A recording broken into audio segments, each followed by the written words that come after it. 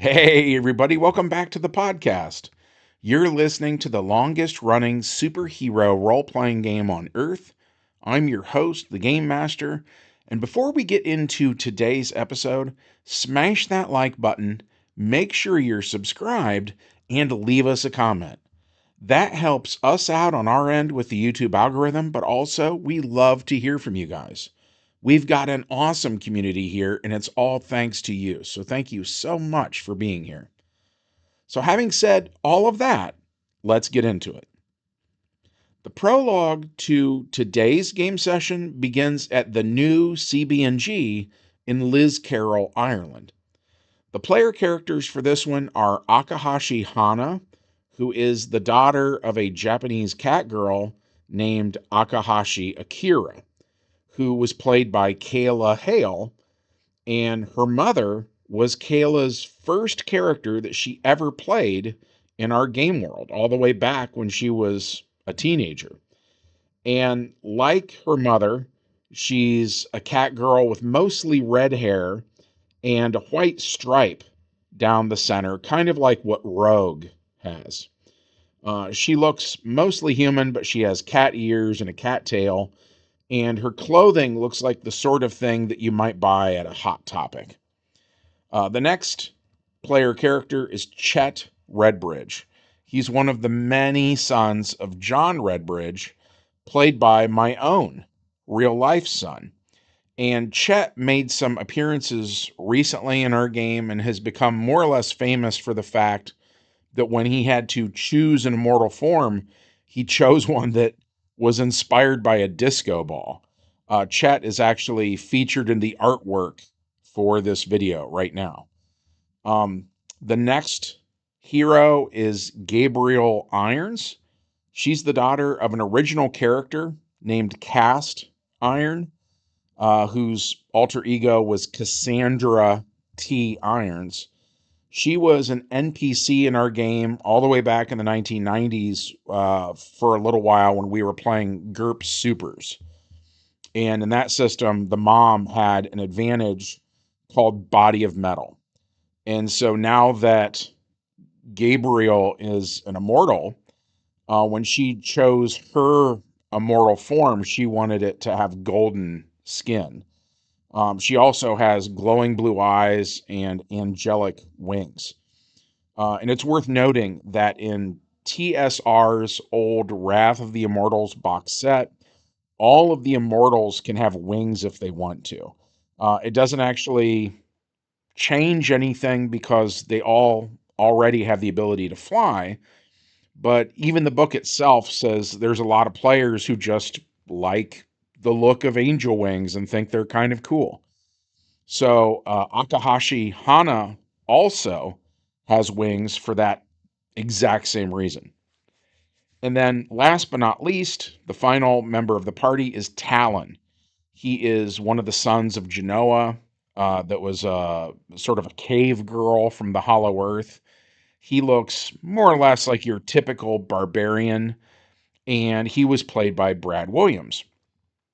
Anyway, so all these guys are at the Continuum Bar and Grill in Ireland, eating lunch and watching the news on the TV over the bar. And the local newscasters are talking about a series of mysterious crimes where, like, farmers and in one case there was a lumberjack, and all of these guys have been unalived. And in each case, nothing really valuable from their property was stolen, but someplace on the property, somebody dug a small hole about big enough where, like, you could put a shoebox in it, right? So the players all talk about these recently dug holes, and I was actually really impressed how quickly they figured it out. About a year ago, the Shaper of Worlds deleted a bunch of stuff, including the legendary sword Excalibur, which, according to the Marvel UK comics, acted a little bit like a cork, sealing away the realm of the dead. And so when Excalibur got deleted for a while, that released this villain named Necromon, who then attacked King Arthur, right? So Arthur teamed up with Wolverine, and together they defeated Necromon. But then afterwards, Wolverine separated that villain into small pieces. Each piece was placed in a different box and buried in kind of like random locations around the countryside of the UK. And so now it would appear that somebody is putting Necromon back together again. And then that brings us to the main plot of this episode when the local clan of Fianna werewolves return to the CB&G from their ongoing mission to wipe out these dragonkin changelings that we've been talking about in our other videos. And those guys have been infiltrating the political system on Earth K. So when the werewolves return to the pub, it's revealed that the leader of their pack, who was a werewolf named Galbraith, took on a female dragonkin changeling by the name of Maxine de Geisel. And like we've seen in other recent adventures, she used something from the original Changeling the Dreaming RPG called Oneromancy Level 5, which is also called Expiation. And this caused poor Galbraith to be transformed from a flesh and blood being into a living dream, which then faded away, and his allies forgot that he ever existed. The Changeling RPG specifies that if a photograph was taken of the character, the photo is now blank, but it might still be like framed and hanging on a wall, right? So, with that as our guide, the way we ran this was to say that Galbraith's daughter still exists, but now she suddenly has no idea who her father was, right? Likewise, her mother was wearing a wedding ring, but had no idea who her husband was, right? And we said earlier, by the way, that she was a white howler, but now she has gone through so much, she's beginning to transform into a black spiral dancer. We're going to cover that more in future adventures. For now, all that really matters is that her husband has been basically erased from reality. And while she can't remember him, like his face or his name or anything like that, she knows that she's lost her husband, right? And that is like devastating. So the immortals tell their werewolf friends that all immortals are immune to attacks from non immortals. So they'll go deal with this dragonkin, right? And they should be immune to her ability to delete people. And then this ends up leading to this really big discussion about whether or not they actually would be immune, or whether the immortals are kind of like the forefathers of the changelings, which might imply that what the changelings do might actually be able to hurt immortals, or at least do like half damage, something like that. Anyways, this whole big discussion is cut short when a bunch of Assamite vampire assassins enter the CB&G. And we've seen this exact same thing happen before, right? After all, these guys are assassins for hire, and we've seen that other dragonkin have hired them in the past, in almost in a way, kind of like a cyberpunk style private army, right? But of course, this time the vampires are squaring off against immortals. So we roll for initiative, and Chet, the guy who looks like a disco ball, gets to go first. So he casts a spell from old school D&D called Raise Dead Fully. And when you cast this on a undead target, the target takes 6d10 points of damage. This, by the way, is detailed on page 39 of TSR's old rules cyclopedia. So Chet casts it, and all the vampires in the pub take so much damage from that one attack, they're all in the negatives, right? I would normally say that they die, but they were already undead, so I'm not really sure what is grammatically correct here. Anyways, Gabriel Irons carries each vampire's physical form outside and puts it in the sun, at which point their bodies turn to dust. Then the PCs loot the bodies, keeping things like wallets and cell phones and stuff like that. Then they use the bar door and they go to the private island of Maxine D. Geisel. And this island is guarded by more of these vampires. So Talon, who is kind of like the barbarian from the Hollow Earth, he casts this spell that allows him to create a wall of fire that passes through the squares on the map where about a quarter of the vampires are standing. And then the other three-fourths are again taken out by Chet, who uses the exact same spell as last time, right? Raise dead fully. Then Akahashi Hana teleports in the main house only to find that that is empty. Then on Gabriel Iron's turn, she sees that they have a temple here. It's basically a small pyramid devoted to Neheb-Kau, who was an Egyptian god of death and serpents, right? Which is thematically important here because it's starting to tie things together between the dragonkin and their undead minions and all that stuff, right?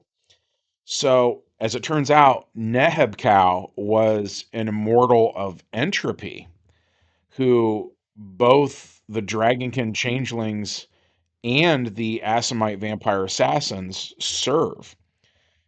Anyway, so Maxine D. Geisel is in the temple, and Gabriel casts a spell from AD&D called Iron Skin, which acts in a lot of ways kind of like her old body of metal from GURPS, right? But now the difference is she can transform into the thing that the changelings have a vulnerability to. It's also worth mentioning that before the game even began, she used her power points to create something called Bracers of Relentless Might, which gives her a plus 12 to her strength and a plus 12 to her constitution. So between the bracers and the iron body, and the fact that she's totally immune to everything that Maxine does to fight back, Gabriel has a pretty good time turning Maxine into guacamole. Then Gabriel casts a spell called Create Normal Animals to make a bunch of butterflies in this temple, right? And the reason for this is basically that she's trying to desecrate an enemy temple. Her thinking was essentially if this place is devoted to death, right, then she will create life in it. The secondary idea was that butterflies are a form of beauty. In a lot of fiction, beauty and evil are often kind of portrayed as like opposites. So again, she's trying to sort of do the opposite of what this place is all about on an almost elemental kind of a level, right? And as she does this back at the main house, Akahashi Hana casts Fireball and she just burns the place to the ground, which brings us to the epilogue, which takes place back at the Continuum Bar and Grill in Ireland, where the immortals tell the werewolves how it went.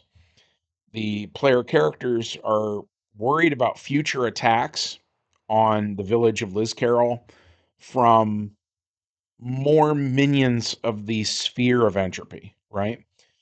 Which is the heroic immortals are all part of the sphere of matter, and so they like to create things. Their enemies are part of the sphere of entropy. They like to destroy things. The sphere of matter is more into life. The sphere of entropy is more about death, right? So they're starting to frame this as these two opposite spheres are clashing, right? Just not directly yet. It's been more about minions and stuff, kind of, you get it, right? Also, they agree that the heroic changelings and their werewolf allies are going to start taking shifts guarding the town. Also, after a while, Sean MacArthur shows up. And as we stated in previous adventures, he used to hang around with the Fianna werewolves before Galbraith was deleted. And interestingly enough, we decided that he actually still remembers Galbraith. The logic here was that the changeling power that took Galbraith from the memories of the others could be seen as an attack from someone who is not an immortal. And therefore, Sean still remembers Galbraith, right? So, as such, he tells Galbraith's widow and daughter what Galbraith was like. And that was it for this one. My players seem to have a pretty good time playing this one. As always, we hope that you guys enjoyed hearing about it. If so, we would love it if you took just a quick moment of your time to smash that like button. Make sure that you're still subscribed because YouTube loves to unsubscribe you and not tell you about it. And last but not least, leave a comment. That really helps us out on our end. And like I always say, we do love hearing from you guys. Have you ever played the old Wrath of the Immortals stuff from old school D&D? For that matter, have you just played old school D&D? I feel like it's kind of in fashion right now because a lot of the recent decisions about the newer D&D games, like D&D 5.5, I've heard is going to be a thing where you have to uh, have a monthly subscription just to have access to the books. I'm hearing stuff like they're not even going to make physical books. It's going to be some kind of an online thing. And it's all a big money grab basically. So a lot of people that I know that have been playing 5th edition D&D are flocking back to kind of the old 80s version of D&D, and a lot of people are experiencing it for the first time. I have played old 80s D&D before, I played some over the years as a kid and, so on and so forth. But I'm not used to running it, and even when I did run it, we would tend to be confused by the spells. So we would run games that were more about like fighters and stuff like that where they didn't have any spells. You know what I mean? And our stuff was almost more like Braveheart in a way, where it's just no magic at all. So I'm very new to this. I've told my players we're all kind of learning this together. So just as I'm helping them learn how to play old school D&D, they're helping me to understand a lot of the spells and, stuff like that. And so I'm going to extend that to the listeners as well. You guys are going to have to be patient with me as we do this. And kind of the long-term goal is for once I have a full understanding of what these characters are capable of, then I'm going to try to convert their stats into uh, things like DC heroes. That is, obviously what we usually play all the time, and treat them as cosmic beings, kind of like the Silver Surfer. That's the one I keep telling my players about, is how he was a mortal named Norn Rad who encountered a cosmic being named Galactus, and Galactus turned him into something more than he used to be. And then now he has this thing called the Power Cosmic that is a little hard to nail down in terms of defining it, but he can substitute it for various things like flight and uh, energy blasts and things of that nature. It's very, very similar to what we're doing, right? Where these characters were mortal and then they encountered a cosmic being named Omnius who elevated them. And now they are cosmic beings who have what would seem to be omnipower, and they can substitute that for, things like raising the dead or killing the undead, as the case may be. But you get the gist. So we're playing it. We're trying to play it kind of the right way first to get the swing of how it all works, and then we're gonna try to convert it into what we normally do. At any rate, you get the gist. Um, Hopefully, you guys enjoyed hearing all of this stuff. I also hope that you guys have a great week, and I'll see you in the next one. Bye.